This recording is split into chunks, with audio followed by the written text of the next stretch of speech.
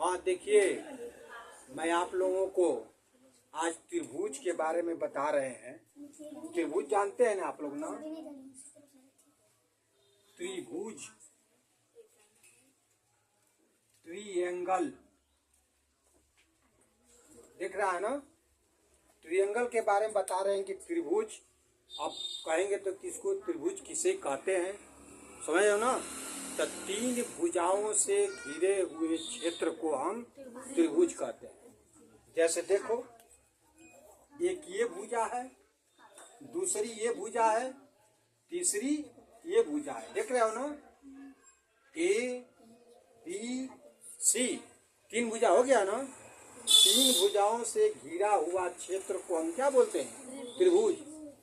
त्रिभुज के तीन शीर्ष देख लो, एक शीर्ष ए है, एक शीर्ष ये है और एक शीर्ष ये है। और इसके कोण भी तीन होते हैं, एक कोण ये है, एक कोण ये है और एक कोण ये है। जैसे त्रिभुज की भुजा देखो, भुजा कितने हैं?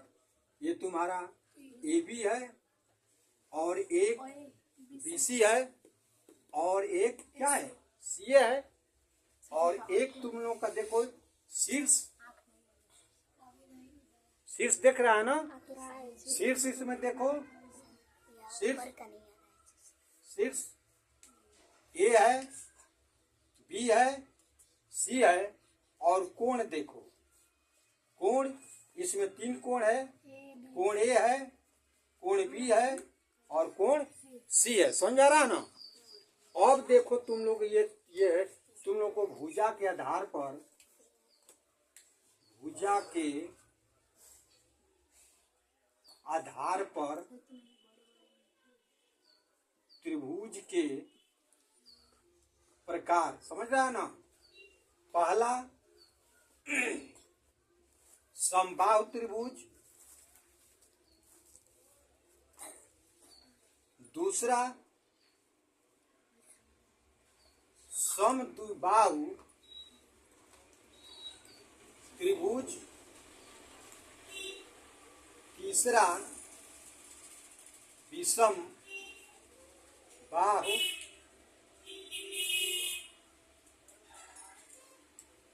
त्रिभुज। देख रहे हैं ना?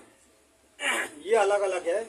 जैसे देख लो, यदि सुनो ध्यान से, यदि सारे त्रिभुज देखो, जिसकी सारे भुजा अगर बराबर हो, जैसे ए बी बराबर बी सी बराबर सी, अर्थात तीनों भुजा यदि बराबर होगी तो ऐसे त्रिभुज को हम क्या कहेंगे? समबाहु त्रिभुज कहेंगे। समझ रहे हो ना? और समद्विबाहु त्रिभुज, ऐसा त्रिभुज जिनके दो भुजा, कोई दो बराबर हो और तीसरी भुजा क्या हो? भिन्न हो। मैंने देख लो, ये दोनों बराबर है लेकिन ये तीसरी बराबर नहीं है। अब विषम बाहु त्रिभुज, विषम बाहु में ये कि सारे बराबर नहीं होते। जैसे A B is not equal B C is not equal C A. समझ आ रहा ना? तो इसमें सारे ये अलग अलग है। और इसके बाद तुम आप लोगों को मैं ये बता रहा हूँ कि यदि सिंपल में आप लोगों ने त्रिभुज का क्षेत्रफल पढ़े होंगे, तो त्रिभुज का क्षेत्रफल मैं बता रहा हूँ। जैसे त्रिभुज का क्षेत्रफल, त्रिभुज का क्षेत्रफल ये किसके लिए? ऐसा त्रिभुज जो समकोणिक हो, ऐसा त्रिभुज जो समकोणिक हो। तो समकोणी का मतलब कि यह समकोण हो, ठीक ना? ये आधार है और ये आप लोगों का क्या है? ऊंचाई है। तो इस तरीके का हो तो इसका क्षेत्रफल, त्रिभुज का क्षेत्रफल 1/2 गुणे आधार गुणे ऊंचाई।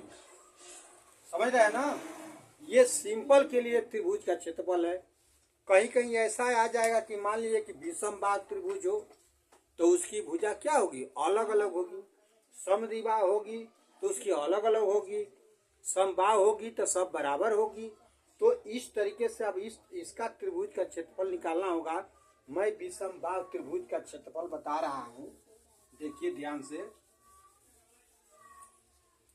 जैसे ये आप लोगों का त्रिभुज है, ये विषमबाहु त्रिभुज है, ध्यान से सुनना। यदि ये याद रहेगा तो समबाहु त्रिभुज का भी क्षेत्रफल, समद्विबाहु का भी और इसका भी आसानी से आप लोग निकाल सकते हैं। जैसे मान लीजिए कि पहली भुजा ए है, अर्थात ए बी बराबर कितना है, ए सेंटीमीटर या ए है, और यह बीसी कितना है, स्मॉल बी है, और ये सी ए कितना है, स्मॉल सी है, माने इसकी लंबाई है। तो इस तरीके से हम इसका यदि क्षेत्रफल निकालना होगा, पहले आप लोगों ने जनरली जो समकोण त्रिभुज सुना तो उसमें उसका क्षेत्रफल निकालते थे कि 1/2 आधार गुणे ऊंचाई।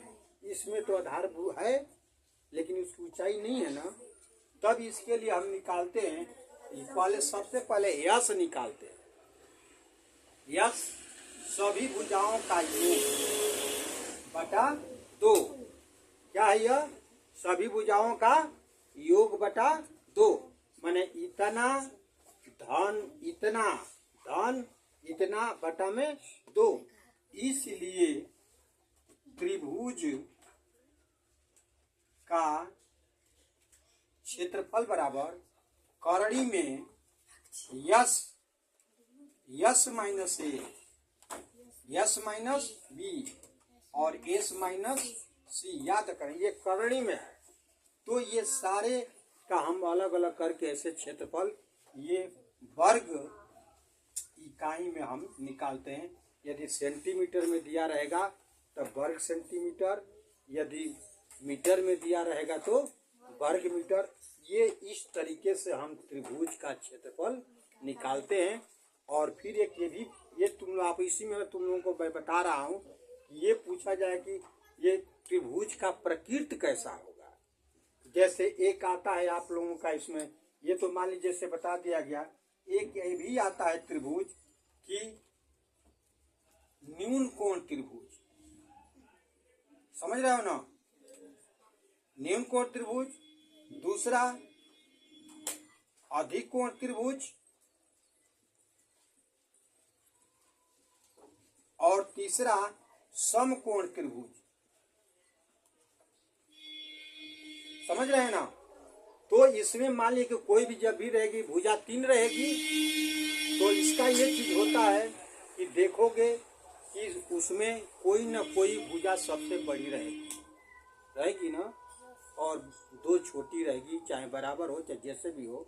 तो इसके लिए हम बताते कि आखिर त्रिभुज की केवल नाप दिया रहेगा, तो कैसे आप समझेंगे कि यह न्यून कोण होगा त्रिभुज, कि अधिक कोण त्रिभुज होगा, कि न्यून कोण त्रिभुज होगा। अब जैसे देख लीजिए, सबसे बड़ी भुजा का वर्ग शेष 2 भुजाओं के वर्गों का योग यदि बराबर होगा, ध्यान से सुनो, सबसे बड़ी भुजा का वर्ग शेष 2 भुजाओं के बने वर्गों का योग यदि बराबर होगा तो त्रिभुज समकोण होगा। समझ में आ रहा ना। यदि यही मान लो कि बड़ा हो जाएगा तो यह अधिक कोण त्रिभुज, अधिक कोण त्रिभुज। यदि यही छोटा हो जाएगा तो न्यून कोण त्रिभुज। अब ये आप लोगों को समझ में आ रहा है ना। जैसे फॉर एग्जाम्पल के लिए मैं आप लोगों को बता रहा हूं, जैसे देखिए त्रिभुज है ऐसा, ये 4 है, ये 5 है, ये 3 है, ऐसे मैं लिख दिया। लेकिन इसको ये बताना है कि समकोण होगा, कि न्यून कोण त्रिभुज होगा, कि अधिक कोण त्रिभुज होगा। तो सबसे पहले इसमें सबसे बड़ी कौन है, 5 है। देख रहे हैं ना, सबसे भुजा था 5 का वर्ग।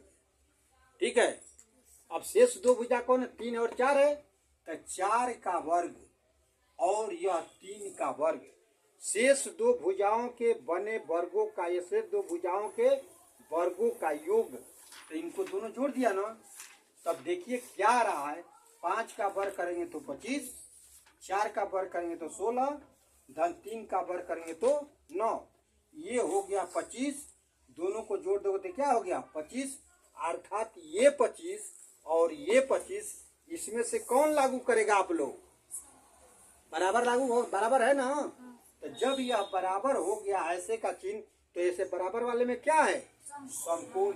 इसलिए जब भी यह कोण बनेगा तो समकोण त्रिभुज बनेगा।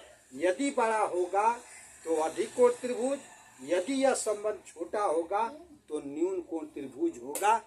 यही है आप लोगों को त्रिभुज के बारे में। यदि मेरा वीडियो पसंद है तो आप लोग लाइक और सब्सक्राइब अवश्य करें।